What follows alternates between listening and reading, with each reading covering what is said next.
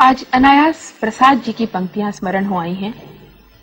हिमालय के प्रांगण में उसे प्रथम किरणों का दे उपहार, उषा ने हंस अभिनंदन किया और पहनाया हीरक हार। जगे हम लगे जगाने विश्व,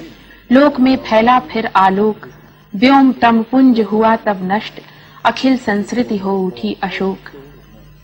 हमारा देश वो देश है जहां ज्ञान विज्ञान का आलोक सबसे पहले फैला और जहां से विश्व भर में यही आलोक विस्तृत हुआ। हमारे ज्ञान विज्ञान की परंपरा में चाहे वो चिकित्सा का क्षेत्र हो, चाहे खगोल का, ज्योतिष का, व्याकरण का हो अथवा अन्य किसी विषय का, उन सभी में ऐसे ऐसे उद्भट विद्वान हुए हैं जिन्होंने देश की कीर्ति पताका को दूर दूर तक फहराया है। मुझे इस समय विशेष रूप से स्मरण हो आया है वराह मिहिर का, जिन्होंने बहुत सारे दर्शन के, ज्योतिष के सिद्धांतों को समेटते हुए पुस्तकें लिखी थी, इस आशय से कि उसका ज्ञान जन जन के लिए सुलभ हो जाए। कुछ ऐसा ही कार्य कर दिखाया है हमारे डॉक्टर नारायण दत्त श्रीमाली ने, जिन्होंने ज्योतिष के विभिन्न विभागों पर लगभग 153 पुस्तकें लिखी हैं। डॉक्टर साहब की कुछ पुस्तकें ज्योतिष के मंत्र हिस्से पर, कुछ तंत्र विज्ञान पर, कुछ हस्तरेखा पर, कुछ हिप्नोटिज्म पर, यानी कि ज्योतिष का कोई ऐसा क्षेत्र नहीं है जिस पर उन्होंने लेखनी न चलाई हो और जिसका गूढ़ गहन अध्ययन न किया हो। डॉक्टर साहब, इसके बारे में आपको प्रेरणा कैसे मिली? वैसे तो आप हिंदी साहित्य के विद्यार्थी हैं, हिंदी साहित्य के अध्यापक रहे हैं, फिर आपने ये ज्योतिष की प्रेरणा कैसे पाई? इस क्षेत्र में कार्य कैसे प्रारंभ किया? मैंने ज्योतिष में और ज्योतिष से पहले हिंदी काव्य में और हिंदी शास्त्र में मैंने MA किया और उसके बाद में राजस्थान से उसमें डॉक्टरेट किया आधुनिक हिंदी काव्य में। यह तो एक जीवन का एक क्षेत्र था, मगर इसके साथ साथ मेरे पारिवारिक पृष्ठभूमि और पारिवारिक चिंतन ज्योतिष का आधार रहा है। मेरे पिताजी बहुत अच्छे ज्योतिषी थे और इसके साथ साथ मैं एक ब्राह्मण होने के नाते और ज्योतिषी होने के नाते उस घर का वातावरण, उच्च कोटि के लोग, उच्च कोटि के व्यक्तित्व मेरे पिताजी से ज्योतिष के बारे में जानकारी लेने आते, तो मेरे मन में भी ये चिंतन आया कि ये जो प्राचीन ग्रंथ हैं, अगर उनको सही ढंग से उनका चिंतन विचार नहीं किया गया, आधुनिक युग के संदर्भ में और आधुनिक परिप्रेक्ष्य में अगर उनको सही ढंग से नहीं देखा गया तो विद्या ज्यों की त्यों एक संस्कृत में कैद बनकर के ग्रंथों में रह जाएगी। इसीलिए मैंने निश्चय किया कि इस ज्योतिष को बिल्कुल सर्वसुलभ बनाया जाए और उसमें जो कुछ कमियां हैं, जो कुछ न्यूनताएं हैं और समाज की बदली हुई पृष्ठभूमियों में या पृष्ठभूमि में जो कुछ व्यावहारिक चिंतन बन सकता है, उस चिंतन को लेने के लिए मैंने ज्योतिष के क्षेत्र में काम किया और इस ज्योतिष में मैंने 153 से ज्यादा ग्रंथ लिखे और ये लिखे कि उसमें प्रत्येक प्रकार की विधाओं पर मैंने ग्रंथ लिखे, जिससे कि ज्योतिष अपने आप में सर्वांग पूर्ण बन सके। और उन ग्रंथों के द्वारा मैंने कुछ आधार तो लिया, मगर साथ ही साथ आज के युग में जो कुछ सामाजिक परंपराएं, परिस्थितियां बदल गई, उसमें उन फलित ज्योतिष में कितना अंतर, किस प्रकार से अंतर आया, उस अंतर को भी स्पष्ट करते हुए मैंने उन ग्रंथों में उनका विवेचन किया है और जिसके आधार पर पूरे भारतवर्ष में ज्योतिष को एक सही दिशा, एक सही मार्गदर्शन, एक सही चिंतन प्राप्त हो सका है। आपने संस्कार की बात की, शिक्षा की बात की, आपने स्वयं को शिक्षित किया, आपके परिवार में ज्योतिष का संस्कार पहले से विद्यमान था। आप ये बताएं कि एक अच्छे ज्योतिषी के लिए या किसी भी अच्छे विद्वान के लिए इन दो बातों के अलावा, संस्कार और शिक्षा के अलावा, और आप और किस वस्तु को आवश्यक समझते हैं? हमारे प्राचीन ग्रंथों में, चाहे वराह मिहिर के ग्रंथ हों, चाहे आर्यभट्ट के ग्रंथ हों और चाहे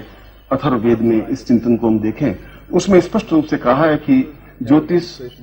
अपने आप में एक काल की तीसरी आंख है, जिसके माध्यम से हम अपने भविष्य का चिंतन देख सकते हैं, आने वाली परिस्थितियों को, आने वाली कमियों को, आने वाली न्यूनताओं को। मगर केवल ज्योतिष के माध्यम से संपूर्ण काल को और भविष्य को स्पष्ट आंका नहीं जा सकता। इसके साथ साथ जो हमारी पारिवारिक पृष्ठभूमि है और शिक्षा है, इसके अलावा अगर इष्ट दर्शन है, इष्ट चिंतन है, इष्ट साधना है, तो उस साधना के माध्यम से ही उसमें परिपक्वता आ सकती है। चाहे भारत का प्राचीन विद्वान रहा हो, चाहे वो ऋषि रहा हो, चाहे अथर्ववेद का रचयिता रहा हो, चाहे ब्राह्मीण रहा हो, उन्होंने इस बात को तो स्वीकार किया ही है कि ज्योतिष की परिपूर्णता के लिए इष्ट साधना अत्यंत आवश्यक है और इष्ट साधना के माध्यम से ही हम भविष्य को सफलता के साथ आंक सकते हैं और उसका निदान, उसका समाधान किया जा सकता है। साधना कैसी हुई? यानी ऋषियों के बताए मार्ग पर चलना या स्वाध्याय या घर में रहते हुए या घर से बाहर जाकर कहीं हिमालय पर रहकर जैसे प्राचीन काल के ऋषि मुनि किया करते थे, उस तरह की साधना से आपका तात्पर्य क्या है? साधना का तात्पर्य मेरा ऐसा नहीं है कि कोई भी गृहस्थ घर से बाहर छोड़ करके हिमालय में जाकर के बैठ जाए और वहीं पर कोई मंत्र जाप करे, ये तात्पर्य है। तात्पर्य यह है कि अगर उसको सही ढंग से भविष्य को आंकना है, भविष्य का चिंतन करना है, तो उस प्रत्येक व्यक्ति का एक कर्म क्षेत्र और पारिवारिक पृष्ठभूमि के साथ साथ उसकी संरचना प्रभु ने एक अलग ढंग से की है और वह संरचना किसी इष्ट के साधना के माध्यम से संभव हो सकती है। उस इष्ट के साधना से इस बात का एहसास किया जा सकता है कि जीवन का निर्माण किन तत्वों से और किन तरीकों से स्पष्ट हुआ है। इस प्रकार स्पष्ट किया जा सकता है कि आने वाले समय में मेरे लिए क्या अनुकूलता है, प्रतिकूलता है, और यदि वे प्रतिकूलताएं हैं तो इसको किस प्रकार से उसका समाधान किया जा सकता है। उसके समाधान के लिए वह व्यक्ति स्वयं अपने घर में रह करके भी साधना संपन्न कर सकता है। मैंने ज्योतिष के अलावा उन साधनात्मक ग्रंथों का भी रचन किया है और उन ग्रंथों में मैंने स्पष्ट किया है कि किसी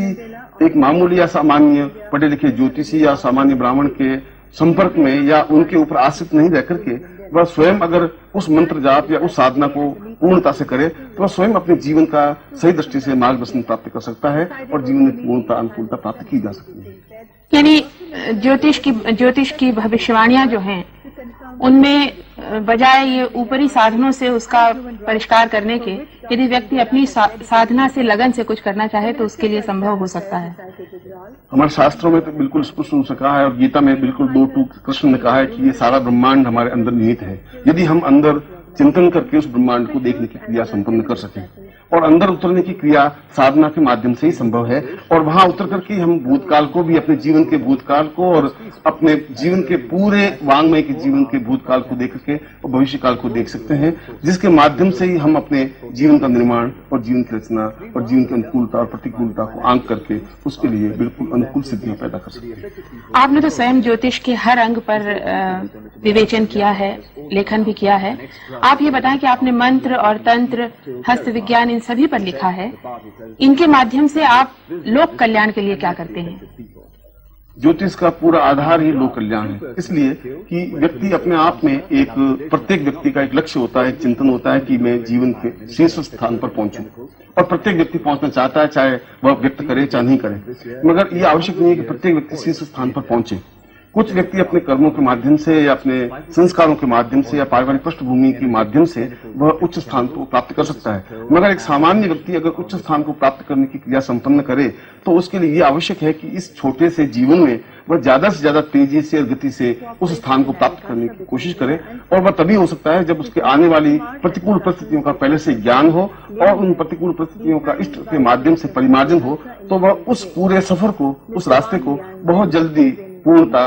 और संपन्न करके उस शीर्ष स्थान पर पहुंच सकता है। इसलिए उस समाज में शीर्ष स्थान पर पहुंचने के लिए और समाज के कल्याण के लिए ज्योतिष आधार है, बेस है। उसके माध्यम से जीवन में और जो व्यक्तिगत जीवन है, चाहे सामाजिक जीवन है, चाहे पारिवारिक जीवन है, चाहे किसी के भी जीवन को, जब हम अपने जीवन को शीर्ष स्थान पर पहुंचा सकते हैं तो किसी के भी जीवन को शीर्ष स्थान पर पहुंचाने के लिए उसका मार्गदर्शन किया जा सकता है। जीवन में प्रतिकूल अवसर आते हैं तो लोग तंत्र का सहारा लेते हैं, ऐसा देखा गया है। ये कहाँ तक उचित है? तंत्र से केवल अपनी बढ़ोतरी की जाए ये तो उचित है, लेकिन उसके साथ दूसरों की अवनति भी तो उसके साथ ही जुड़ी हुई होती है। ये उचित है? तंत्र, मंत्र और साधना और ज्योतिष, इन चारों में कहीं किसी प्रकार का मूलभूत रूप से अंतर नहीं है। एक दूसरे के समान अर्थी है और एक दूसरे के लिए समान उपयोगी है। मंत्र और तंत्र का मूल तात्पर्य इतना ही है कि बिल्कुल एक मंत्र साधनात्मक चिंतन है, साधनात्मक प्रक्रिया है और तंत्र व्यवस्थित तरीके से उस मंत्र की संरचना की विधान है। तंत्र का तात्पर्य है कि कोई कार्य हम करें तो पूर्णता के साथ और समायोजन के साथ में करें, जिससे कि उस कार्य को, उस साधना को जल्दी से जल्दी संपन्न कर सकें और जल्दी से जल्दी पूर्णता प्राप्त कर सकें। आपने कहा कि एक व्यक्ति अपने तंत्र साधना के माध्यम से अपना अनुकूलता प्राप्त करने के लिए किसी का अहित करे, तो तंत्र में दूसरे का अहित तो बीच में कुछ संभव है ही, क्योंकि जहां हम अपने अनुकूलता के लिए प्रयत्न करते हैं तो स्वाभाविक 10,000 की भीड़ में यदि हमें शीर्ष स्थान पर पहुंचना है तो बहुत तेजी से 50, 25, 100, 200, 500 आदमियों को धकेल करके तो आगे पहुंचा ही जा सकता है। धकेलने की क्रिया अपने आप में किसी को नुकसान पहुंचाने की क्रिया नहीं है, वह तो अपनी गति को आयाम गति को बढ़ावा देने की क्रिया है। तंत्र के माध्यम से अहित करने की कोई प्रक्रिया है ही नहीं। तंत्र एक व्यवस्थित तरीके से साधना के करने की क्रिया है। आपने देश विदेश का इतना भ्रमण किया है, भारतीय ज्ञान विज्ञान के प्रति, विशेष रूप से भारतीय ज्योतिष के प्रति आपको सबसे अधिक रुचि कहाँ दिखी? किस देश में? जिस समय भारत में ज्योतिष का एक आधुनिक चिंतन था ही नहीं और कुछ ज्योतिषी संस्कृत के मंत्रों का और संस्कृत के श्लोकों का सहारा लेकर के और किसी भी व्यक्ति को कुछ भी ऊट पटांग ग्रहों के पद्धति के बारे में और फलित के बारे में बता देते थे, उस समय मैंने अल्पमूली पुस्तकों के माध्यम से और ग्रंथों के माध्यम से इस चिंतन को तोड़ा, इस विचार को तोड़ा कि यह केवल 4, 6, 10 और 50 आदमियों की बपोती नहीं है। जनसाधारण इस चीज को समझ सकता है, समझने के साथ साथ इस बात का एहसास कर सकता है कि क्या मैं ज्योतिष के माध्यम से अपने जीवन को अनुकूलता प्राप्त कर सकता हूँ। पर वो नीम हकीम खतरे जान वाली बात नहीं हो जाएगी?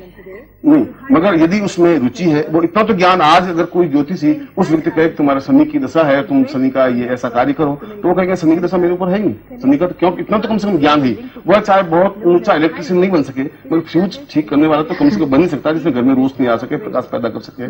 रही बात आपने विदेशों में, तो मैंने भारतवर्ष में तो ज्योतिष को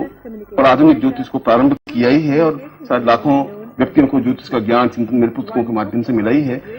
इस ज्योतिष में यहाँ पर कम से कम 200-300 मैंने ज्योतिष सम्मेलन किए भारतवर्ष में, उनका मैं अध्यक्ष रहा हूँ कई वर्षों तक, और विश्व ज्योतिष सम्मेलन भी दिल्ली में मैंने संपन्न किया था। मगर इसके साथ साथ ज्योतिष के उन सेमिनारों में और ज्योतिष के सम्मेलनों में भाग लेने के लिए लगभग सभी देशों में मैंने भ्रमण किया है और मैंने ये देखा है कि वहां पर ज्योतिष को बिल्कुल एक साइंटिफिक दृष्टि, एक वैज्ञानिक दृष्टि से उनका अध्ययन मनन हो रहा है। इस बात को वे स्वीकार करने लगे हैं कि ज्योतिष के माध्यम से व्यक्ति के रोग का बिल्कुल प्रामाणिकता से निदान किया जा सकता है, देखा जा सकता है। जो हम उसके निदान चिकित्सा के क्षेत्र में 4 घंटे या 6 घंटे या उसका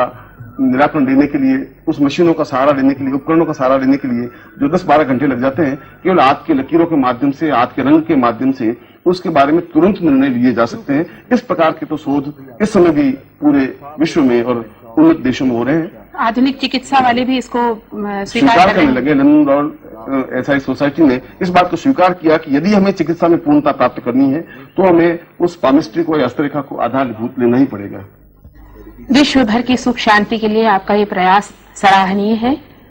और इसके साथ ही आप हमारे स्टूडियो में आए, हमारे दर्शकों को, श्रोताओं को ये जानकारी दी, इसके लिए आपका बहुत बहुत धन्यवाद।